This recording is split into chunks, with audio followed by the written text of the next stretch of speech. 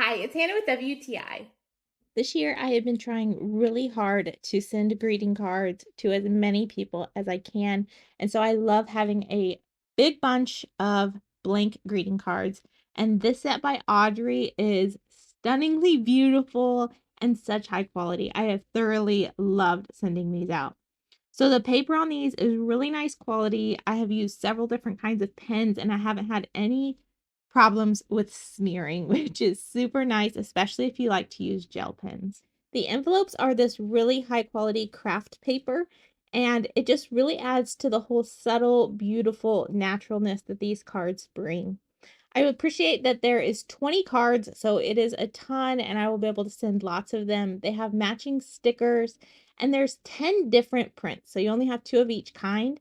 And I love that some of them are not as feminine. So while they're all flowers, some of them would be very appropriate if you want to send them to a man. This is just a really nice set. I highly recommend it to anyone who wants to have greeting cards readily available. But that's just my point of view.